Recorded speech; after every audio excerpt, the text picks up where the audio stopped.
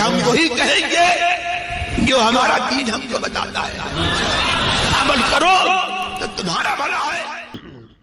الحمدللہ رب العالمین والصلاة والسلام علی سید الانبیاء والمرسلین، اما بعد فاعوذ باللہ من الشیطان الرجیم، بسم اللہ الرحمن الرحیم۔ لقد کان لکم فی رسول اللہ اسوۃ حسنہ، صدق اللہ العظیم۔ درود پاک پڑھ لیں۔ اللہم صلی علی سیدنا و شفیعنا و حبیبنا و مولانا محمد مبارک وسلم، صلاۃ و سلام علیک یا رسول اللہ صلی اللہ تعالی علیہ وسلم۔ میں نے ابھی جو آیت کریمہ کی تلاوت کی، رب تبارک و تعالیٰ اس میں ارشاد فرماتا ہے کہ لقد کان لکم فی رسول اللہ اسوۃ حسنہ، اللہ کے رسول علیہ الصلوۃ والسلام کی زندگی میں تمہارے لیے بے شک بہترین نمونہ ہے۔ جب اللہ کے رسول علیہ السلام کی ساری زندگی نمونہ ہے تو آپ کی حیات طیبہ کا ایک بڑا پیارا پہلو ہے خدمت خلق۔ میرے آقا صلی اللہ تعالیٰ علیہ وسلم لوگوں کی خدمت کو بڑا پسند فرماتے تھے۔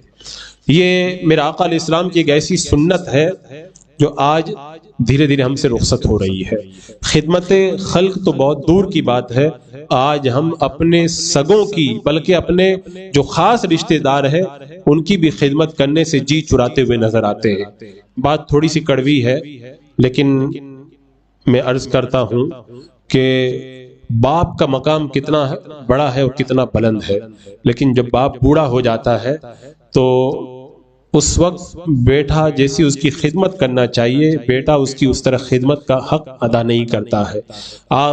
اگر آپ کے والدین اگر بوڑھے ہیں تو اپنے دل میں جھانک کر کے خود آپ فیصلہ کرنا کہ باپ بڑھاپے کے اندر جب آپ کی ماں بھی دنیا سے جا چکی ہو اس وقت اس کی یہ تمنا رہتی ہے کہ کوئی میرے پاس میں بیٹھے تاکہ میرا دل بہلے، لیکن باپ کے سامنے کھانا تو رکھ دیا جاتا ہے لیکن بیٹا یہ نہیں گوارا کرتا کہ باپ کے ساتھ میں بھی بیٹھ جاؤں تاکہ میرے باپ کی دل جوئی ہو اور میرے باپ کا دل خوش ہو۔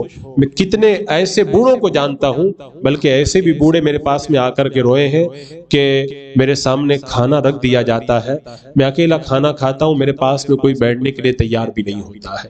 تو خدمت خلق کی اگر ہم بات کریں تو کہنا تو بہت آسان ہے کہ میں خدمت کے لیے حاضر ہوں، لیکن صحیح معنوں میں اپنوں کی اور پرایوں کی جو سنی صحیح عقیدہ ہے ان کی خدمت کا فریضہ انجام دینا یہ رفتہ رفتہ اب پرانے زمانے کی چیز ہوتا جا رہا ہے۔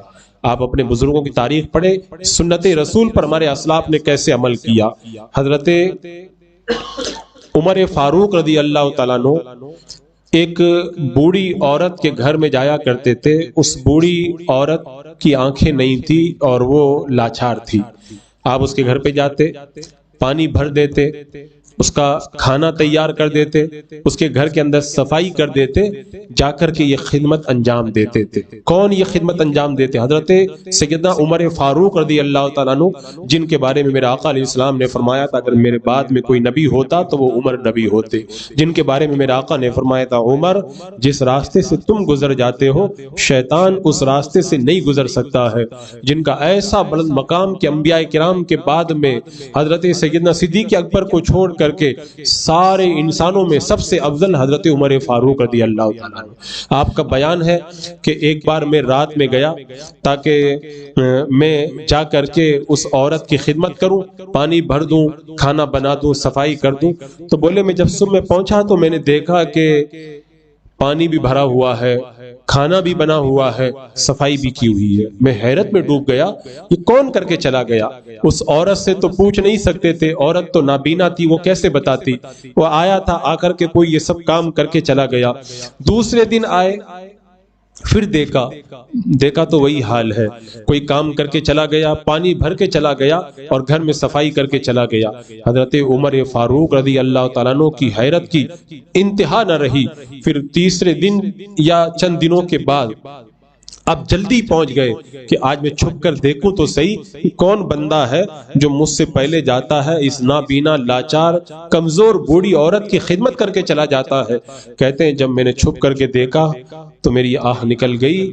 فرماتے ہیں کہ پانی بھرنے والے، صفائی کرنے والے اور اس عورت کے لیے کھانا بنانے والے کوئی اور نہیں تھے، وہ حضرت سیدنا ابو بکر صدیق رضی اللہ تعالیٰ عنہ تھے۔ میں نے دیکھا کہ مجھ سے پہلے یہ سارے کام کر کے جانے والے امیر المومنین حضرت سیدنا ابو بکر صدیق رضی اللہ تعالیٰ عنہ۔ آج دنیا میں کسی کو اگر معمولی عہدہ مل جائے، کوئی بڑا نیتا نہیں، اگر پنچایت کا چناؤ بھی اگر جیت جائے تو مونچھوں پہ تاؤ دیتا ہے کہ میں بڑا ہوں۔ اللہ تبارک و تعالیٰ نے کتنے ملکوں کی بادشاہی جن کو عطا فرمائی، امیر المومنین حضرت ابو بکر صدیق رضی اللہ تعالیٰ عنہ کا یہ عالم کہ بوڑھی کمزور عورت کے گھر پہ جا کے خدمت کر رہے، پانی بھر رہے اور ان سب چیزوں کو اپنے ہاتھوں سے انجام دے رہے۔ یہ خدمت خلق کی وہ سنت ہے جس کو آج ہم نے چھوڑ دیا۔ مسواک کرنا سنت ہے، مسواک تو ہم خوب کر لیں گے، لیکن اگر کوئی کمزور جا رہا ہو تو اس کا بوجھ اٹھا دینا یہ بھی تو میرے آقا علیہ السلام کی سنت ہے۔ یہ سنت تو ہم لوگ نہیں ادا کرتے۔ حضرت عمر فاروق رضی اللہ تعالیٰ عنہ ایک کمزور عورت کے گھر پہ جایا کرتے تھے اور اس کی بکری کا دودھ دیا کرتے تھے۔ جب حضرت ابو بکر صدیق رضی اللہ تعالیٰ عنہ کا جب وصال ہوا تو حضرت عمر فاروق رضی اللہ تعالیٰ عنہ گھر پہ پہنچے اور گھر پہ جانے کے بعد میں اس بکری کا دودھ دونے کا ارادہ کیا تو اس کی چھوٹی سی بچی تھی، وہ کہنے لگی آپ امیر المومنین ہیں، آپ یہ کام کریں گے؟ فرمایا کہ میں اگرچہ مسلمانوں کا امیر بن گیا ہوں لیکن یہ چیز مجھے مسلمانوں کی خدمت کرنے سے نہیں روک سکتی ہے۔ یہ اللہ تبارک و تعالیٰ نے ہمارے اسلاف کے دل میں یہ جذبہ عطا فرمایا تھا۔ آج خدمت خلق سے ہم رفتہ رفتہ محروم ہوتے چلے جا رہے ہیں۔ خدمت خلق کو اگر دیکھنا ہو، حضرت ابو طلحہ رضی اللہ تعالیٰ عنہ کو دیکھو۔ میرے آقا علیہ السلام کی بارگاہ میں حاضر ہے، مہمان آ جاتا ہے اور آقا کریم علیہ السلام کے کاشانہ اقدس پر کوئی کھانے کی چیز موجود نہیں ہے تو اللہ کے رسول علیہ السلام نے ارشاد فرمایا کون ہے جو لے کر کے جائے گا، مہمان کی مہمان نوازی کرے گا؟ حضرت ابو طلحہ رضی اللہ تعالیٰ عنہ نے کہا یا رسول اللہ صلی اللہ تعالیٰ علیہ وسلم میں مہمان نوازی کے لیے تیار ہوں۔ اپنے گھر پہ لے کے گئے، اگرچہ آپ مالدار ہیں لیکن حالات بدلتے رہتے ہیں۔ اتفاق کی بات ہے گھر پہ اس دن کھانے کے لیے زیادہ کچھ نہیں تھا۔ اپنی بیوی ام سلیم سے پوچھا کیا بنائی ہو؟ کہا اتنا ہی کھانا ہے کہ صرف بچے کھا سکتے ہیں اور کسی کے لیے گنجائش نہیں ہے۔ تو حضرت ابو طلحہ رضی اللہ تعالیٰ عنہ نے فرمایا بچوں کو بہلا فسلا کر کے سلا دو۔ بچوں کو سلا دیا، لیکن اب ایک بڑا مسئلہ یہ تھا، اس زمانے کا دستور تھا کہ مہمان جب کھانے کے لیے بیٹھتا تھا تو ساتھ میں میزبان کو بھی بٹھایا کرتا تھا، تنہا نہیں کھایا کرتا تھا۔ اب اس مسئلے کا حل کیسے نکالا جائے؟ اگر ساتھ میں آپ بھی بیٹھ جاتے تو مہمان بھوکا رہ جاتا۔ آپ نے اپنی بیوی سے کہا کہ تم چراغ کی بتی درست کرو اور درست کرنے کو بہانہ بنا کر کے بتی بجھا دو اور کہنا کہ چراغ بجھ گیا ہے۔ حضرت ام سلیم نے بتی درست کرنے کا بہانہ بنایا، دسترخوان لگا دیا، کھانا رکھ دیا اور اس کے بعد میں بتی درست کرتے کرتے چراغ کو بجھا دیا۔ اب کہا کہ چراغ تو بجھ گیا، کہا چلو ایسے ہی اندھیرے میں کھانا کھا لیا جائے۔ دونوں میاں بیوی ایسے ہی دسترخوان کی طرف ہاتھ بڑھاتے، اپنے منہ کی طرف لے جاتے اور مہمان جو ہے وہ کھانا کھانے میں مشغول رہا۔ دونوں میاں بیوی نے کچھ بھی نہیں کھایا تاکہ مہمان آرام سے کھا لے۔ مہمان کا پیٹ بھرا اور وہ سو گیا۔ جب صبح کا وقت ہوا اللہ تبارک و تعالیٰ نے ان دونوں میاں بیوی کی تعریف قرآن مقدس پہ فرمائی اور ان کی شان کے اندر اللہ نے قرآن مقدس کے اندر آیت کریمہ نازل فرمائی۔ یہ وہ خدمت خلق کا جذبہ جو آج ہم سے مفقود ہو گیا ہے۔ حضرت مکرم ایک بہت بڑی اللہ کی ولیہ ہیں، حضرت بی بی فاطمہ سام رحمت اللہ تعالی علیہا، جن کا مزار دہلی کے اندر ہے، جن کے مزار پاک پہ حاضری دینے کا مجھے بھی شرف حاصل ہوا۔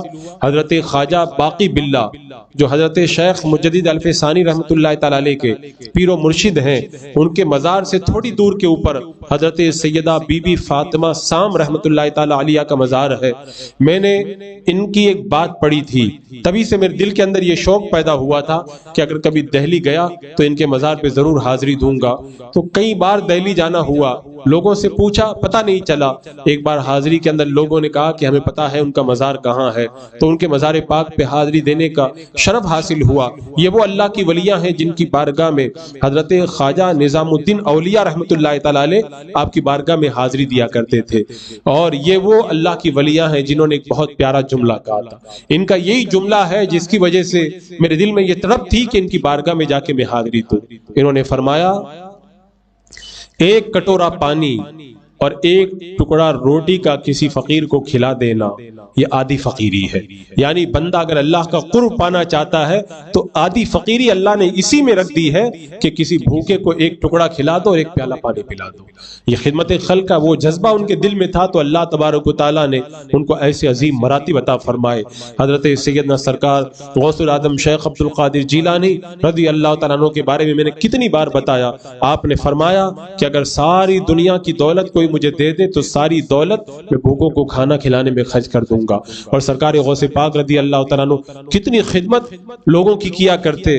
میں نے عرض کیا تھا کہ بچہ بھی اگر آپ سے کہتا تھا کہ حضور بازار سے مٹھائی لا کر کے دیں تو آپ اس کو بھی بازار سے پیسہ لے کر کے مٹھائی لا کر کے دیا کرتے تھے. سیدنا سرکار خواجہ غریب نواز رضی اللہ تعالیٰ عنہ مخلوق کی کتنی خدمت کیا کرتے تھے. خدمت کے بے شمار واقعات میں نے آپ کے سامنے رکھے. حضرات مکرم آج کے اس دور میں جب جو ہے وہ لوگوں نے آپس کے اندر ایسی دیواریں بنا لی ہے کہ رشتے آپس کے اندر ٹوٹ کر کے رہ گئے ہیں. پڑوسی ہونے کے باوجود بھی پڑوسی نہیں نظر آتا ہے اور سگے اپنے قریبی ہو کر بھی آج ہمیں دور نظر آتے ہیں بلکہ سگے والدین کی خدمت بھی ہمیں بوجھ معلوم ہوتی ہے. ایسے ماحول میں اس آیت کریمہ کی روشنی میں سنت مصطفیٰ جان رحمت صلی اللہ تعالی علیہ وسلم کو اپنے سینے سے لگائیں اور خدمت خلق کا جذبہ اپنے دل کے اندر پیدا کریں. جو بندہ اللہ کی مخلوق کی خدمت جب کرتا ہے اللہ تبارک و تعالیٰ اس بندے پر اپنے انعام و اکرام کی بارشیں نازل فرماتا ہے. بگڑے ہوئے کام بن جاتے ہیں, پریشانیوں سے نجات ملتی ہے, آفتیں و بلائیں دور ہوتی ہے. جب بندہ لوگوں کی خدمت میں لگ جاتا ہے تو اللہ تبارک و تعالیٰ اس بندے کے کام غیب سے بنا دیا کرتا ہے. تو آج کی اس محفل کے اندر یہی درس میں آپ کے حوالے کرتا ہوں کہ سنت رسول کو اپنے سینے سے لگائیں اور لوگوں کی خدمت کو اپنی زندگی کا وتیرہ بنائیں. اللہ تبارک و تعالیٰ ہمیں اس اسوہ پاک پر عمل کی توفیق عطا فرمائے. السلام علیکم ورحمۃ اللہ وبرکاتہ.